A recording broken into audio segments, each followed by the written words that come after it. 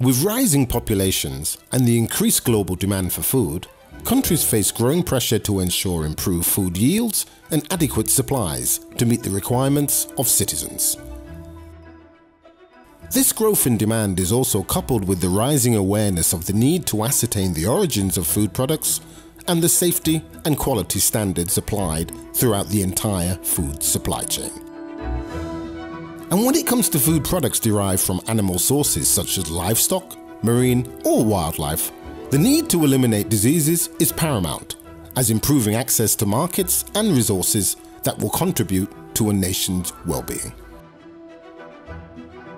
The complex web of improving animal health, enhancing livestock products and increasing access to markets is the focus of the African Union's Inter-African Bureau for Animal Resources. Headquartered in Nairobi, Kenya, this specialized agency, which is one of the technical institutions of the Department of Rural Economy and Agriculture, plays a critical role in sustainable development and utilization of animal resources in Africa.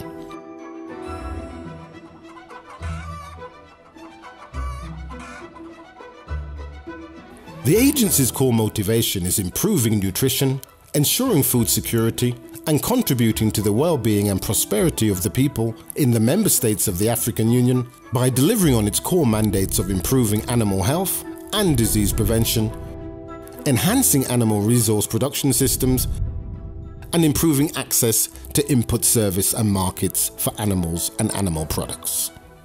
As a multifaceted agency, the focus of IBAR is aligned with the major goals, priorities and aspirations of Agenda 2063. Namely, Aspiration 1, which has as its goals the modernization of agriculture on the continent to increase productivity, improve food security, and transform Africa into a major food exporter in the global arena. IBAR implements a number of essential interventions and projects in conjunction with a range of international partners in order to galvanize trading expertise and support animal welfare strategies, which in turn transforms livelihoods through poverty reduction. In pursuit of these interventions, the agency upholds the African Union's goal of Africa speaking with one voice on key issues and supports the formulation of consensus building and promotion of the common African position within the global animal resources arena. The Inter-African Bureau for Animal Resources, which is in short AU-IBAR, has the mandate to support AU member states in the coordination and utilization of animal resources. Animal resources, by that I mean livestock, fisheries, aquaculture, and livelihood. We are supporting our member states and the regional economic communities in management of animal health issues, so that we protect animal health so that it's able to deliver livelihood opportunities, food security, employment, and other issues associated with the keeping of livestock, including services to the environment. They are very key in environmental sustainability. The vast spectrum of IBAR's projects are designed to holistically transform the way all animal resources are managed through a set of harmonized and strategic methods. These include international standards and norms for trade and for animal health, regulatory frameworks for sustainable fishery and bees management, and investing in value chains, innovation, and entrepreneurship. Projects are rolled out across the continent, as well as at regional and national levels, thereby strengthening the capacity and harmonizing common policies between neighboring member states. Africa has a third of the world's livestock, a full third of the world's livestock.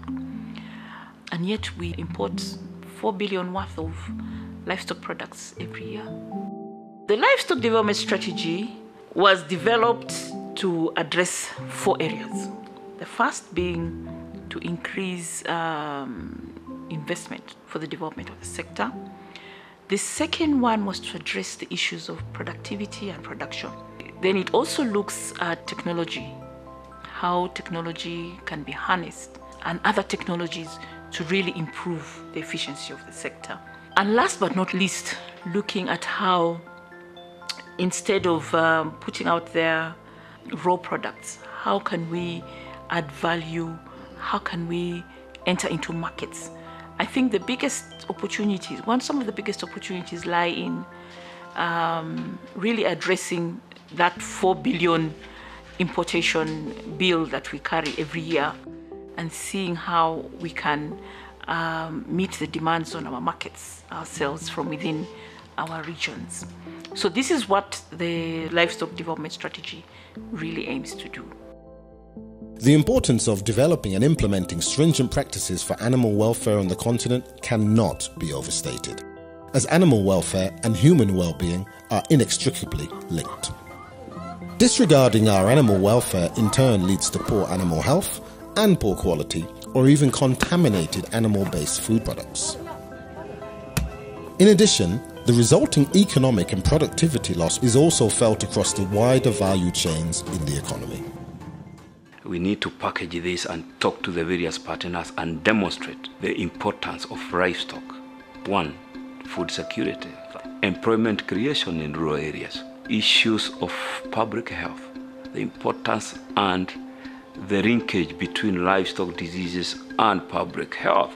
We need to get that data that's available, sensitize political class and other stakeholders, because it's a very strong link between public health and animal health. Very, very strong link, but we need to demonstrate this. And policymakers may not appreciate, most of them in most African countries, they are talking about even universal health care, but they may not relate that the achievement of that has to do with you managing the diseases in the animal production and animal husbandry. So I think there is quite some work to be done, do the necessary advocacy, demonstrate even the need to control animal diseases at source. The way we are doing with COVID-19, control it at source. Rift Valley fever detected. Let's all mobilize our resources, control it at source. Because, for example, to trade, the basic requirement is that animal must be healthy. But to appreciate the need then to invest in veterinary services to provide you with healthy animals needs dialogue in the country. As an institution of the African Union, IBAR enjoys significant leverage and relationship continuity with member states, making the agency a critical instrument for advocacy and influencing key decision makers. It regularly translates recommendations into tangible and productive practices on the ground, such as developing animal resource standards and regulation to enhance compliance by member states. I think IBAR is a big institution and they have capacity, more than DREA. We just, we monitor, we follow up action. But in terms of real action, concrete action, IBAR is proactive. They have very good relationship with our member countries. They work directly, with our member countries, and they're doing a lot of things for our member countries. And they mobilize a lot of resources on animal health, on the benefits of our member countries. The activities we initiate and work with them are usually member state driven. And one area we are working with them is the area of trying to improve their veterinary registrations. Because veterinary registration is fundamental in delivery of any other service, because it clearly spells out the obligations of each person and each institution in the delivery of service, and the ability of these countries to protect the animal population, the health of animal population. IBAR is strategically placed to support Africa's blue economy agenda and is facilitating increased trade across the different corridors in Africa. Member states enjoy the support of AU IBAR when setting up fishery policies and regulatory frameworks.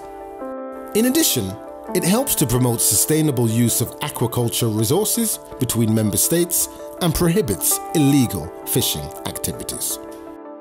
AU IBAR also intervention in the fisheries and aquaculture sector is based on the policy framework and reform strategy for fisheries and aquaculture in Africa.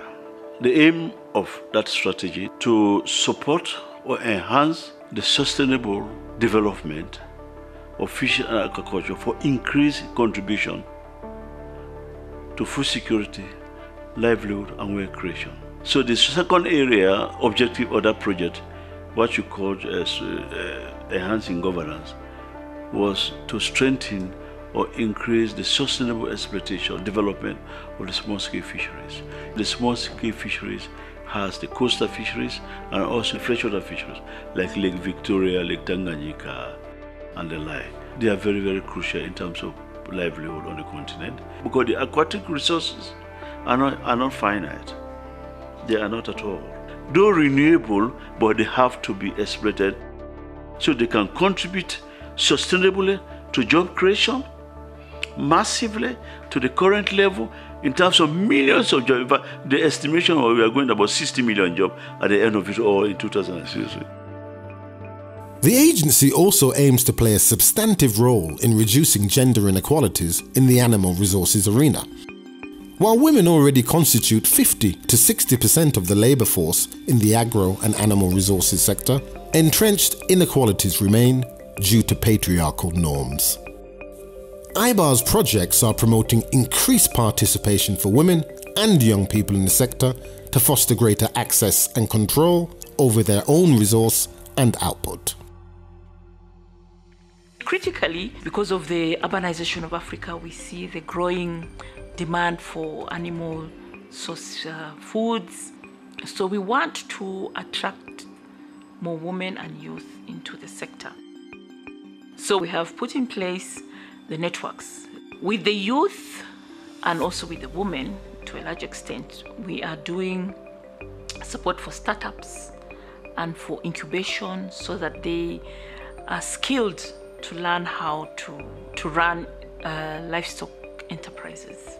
We are going to capacitate women to attract more investments, also to manage their businesses, so the business management aspects, and then also trade.